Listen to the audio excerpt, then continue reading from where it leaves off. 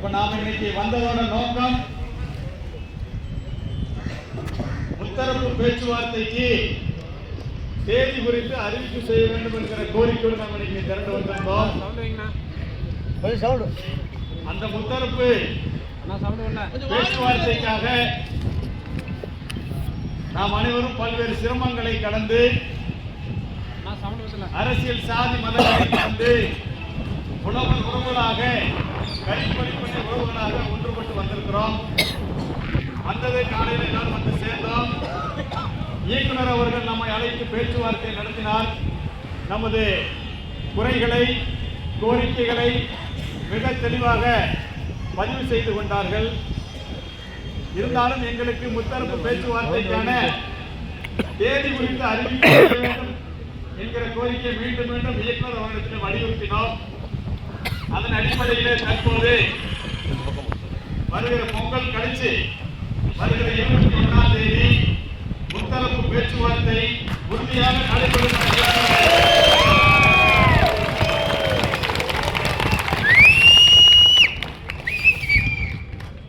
நமது உரிமையை நோக்கிய பயணத்தில் இது ஒரு முன்னேற்றம். நமது உரிமையை நோக்கிய பயணத்தில் இது ஒரு முன்னேற்றம்.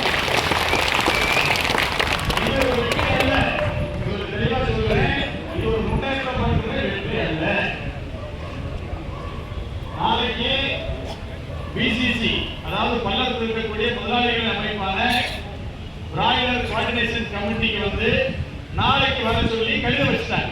கடிதம் அனுப்பிச்சாச்சு. அதற்கு காரணமும் நாம் எல்லாரும் முதல் பண்றதுதான். ஆக அரசு தரப்புல முதலாளிகளை பேச்சுவார்த்தை வர சொல்லி அழைச்சிருக்கிறாங்க. முத்தரப்பு பேச்சுவார்த்தைக்கு இந்த ஜனவரி 21ஆம் தேதி குறிச்சிருக்கிறாங்க. ஆக 2 முன்னேற்றங்களை நாம் இங்கு வந்ததன் சார்பாக இன்னைக்கு சாதித்திருக்கிறோம். உண்மையான சாதனை என்னன்னா அந்த 21ஆம் தேதிக்கு உள்ள தமிழ்நாடு பூராவும் ஒரு சில மாவட்டங்களில் ஒரு சில இடங்கள் அவங்க இன்னும் இறக்கிட்டு இருக்கிறாங்க. நாம் எல்லாரும் மாவட்ட வாரிய கூட்டம் போட்டு அங்க இருக்கக்கூடிய எல்லாரும் குழுவா போகணும்.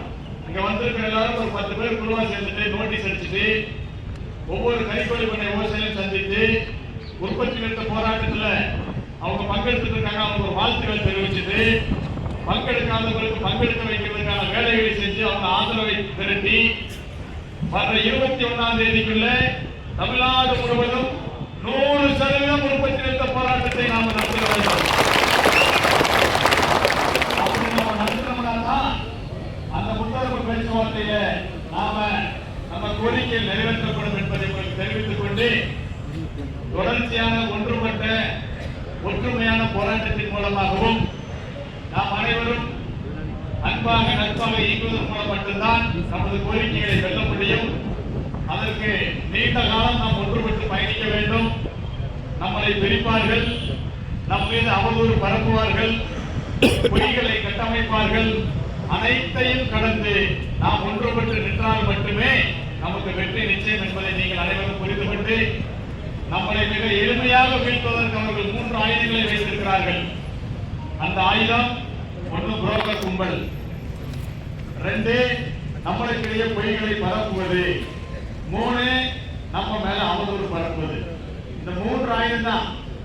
இந்த 3 ஆயுதத்துக்கு புரோக்கர் கும்பலுக்கு மட்டும் தான் நமக்கு செலவு வேணும். வீட்டுக்கெல்லாம் வாட்ஸ்அப் போது பொய்யான செய்தி போதும். எனவே அதையெல்லாம் நம்பாமல் எதுவாக இருந்தாலும் நம்ம போராட்ட குழுவிடம் கேட்டு தெளிவு பெற்றுக் கொண்டு அனைவரும் ஒன்றுபட்டு பாடுபட்டு நம்ம இலக்கை நோக்கி பயணிக்க வேண்டும். இந்த கூட்டம் போதவே போதாது. இந்த கூட்டம் போதவே ஒவ்வொரு மாவட்டத்திலும் இதே போன்ற கூட்டத்தை கூட்ட வேண்டும். இந்த அளவு கூட்டம் ஒவ்வொரு மாவட்டத்திலும் இருக்கு. அப்ப இந்த அளவு கூட்டத்தை ஒவ்வொரு மாவட்டத்திலும் கூட்டி நாம் ஒன்றுபட்டு உற்பத்தி நிறுத்த போராட்டத்தை வலிமையாக்குவோமானால் நமது கோரிக்கைகளை வெல்லும் நாள் வெகு தொலைவில் இல்லை. நமது உற்பத்தி நிறுத்த போராட்டம் வெல்லும். விவசாயிகள் ஒற்றுமையே கிடையாது, ஒன்று சேர மாட்டாங்க.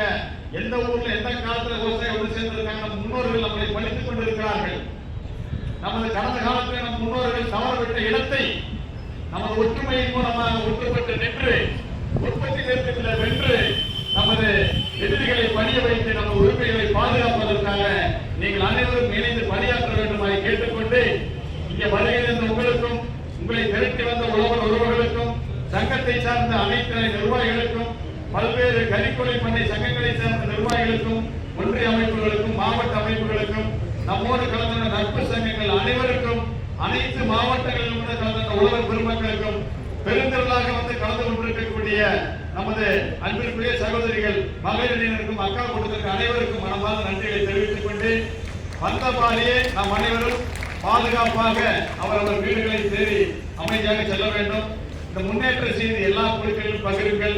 இந்த முன்னேற்றத்திற்கு காரணம் நமது ஒற்றுமைக்கு கிடைத்த முன்னேற்றம் என்பதை அனைவரும் பதிவு செய்து கொண்டு, அவரவர் மாவட்டங்களிலே விரைந்து 2 நாள்ல வலுவான பெரிய கூட்டத்தை போட்டு அந்த உற்பத்தி நிறுத்தத்தை வலுவாக நீங்கள் அமல்படுத்த வேண்டும் என போராட்டங்களின் சார்பில் கேட்டுக்கொண்டு வாய்ப்புக்கு நன்றி கூறி விடைபெறுகிறேன். நன்றி. ஐயா, இடம் எந்த இடம்னு அறிவிச்சாங்களா? ஐயா, 21ஆம் தேதி எந்த இடம்னு சொன்னாங்களா? 21ஆம் தேதி இதே இடத்துல நமது மருத்துவக்குரிய கால்நடைத்துறை இயக்குநர் அவருடைய தலைமையில் தான் அந்த பேச்சுவார்த்தை நடைபெறும். ஓகே. அன்னைக்கு நம்ம முக்கியமா நிர்வாகிகள் மாவட்டத்துக்கு 5 பேர் 10 பேர் இந்த மாதிரி வந்தா மீண்டும் அதை நம்ம அதை பொறுத்து அடுத்த இடத்துக்கு நம்ம தேவைப்படுற இடத்துல நம்ம எல்லாருமே கூப்பிடுவோம். அடுத்து அண்ணன் பால் அவர்கள். ஐயா தான் எல்லாமே ஏன்னா விவசாயம் பூரா உலகதான் இருக்குது. கொஞ்சம் பார்த்து அதை கட் பண்ணி நீங்கள் எல்லாம் பார்த்து ஏன்னா எல்லாத்தையும் ஓய்ஞ்சு போய் தான் அடித்து போட இருக்குது. ஏன்னா ஏகப்பட்ட பூரா நாங்கள் வச்சிருக்கேன் எல்லாத்தையும் அதை காட்டக்கூடாது. நீங்க எந்த கவலையும் பட வேண்டாம். விவசாயிகளை வாழ வைக்கணும், விவசாயிகள் இந்த நாட்டை ஆள வைக்கணுங்கிறதுக்காகத்தான் இத்தனை இளைஞர்களை ஒன்று திரட்டுறோம். விவசாயிகளை ஒன்றுபடுத்தும். நம்ம ஆளும் நாளும்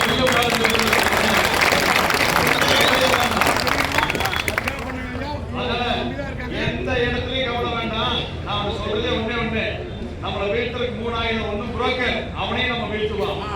2வது அவரோட அதையும் வீழ்த்துவான். ஆக உண்மையாக களத்தில் நிற்கிறவங்களை எந்த காலத்திலும் வீழ்த்த முடியாது. தமிழக பாதுகாப்பு சங்கம் நிற்கும். நானும்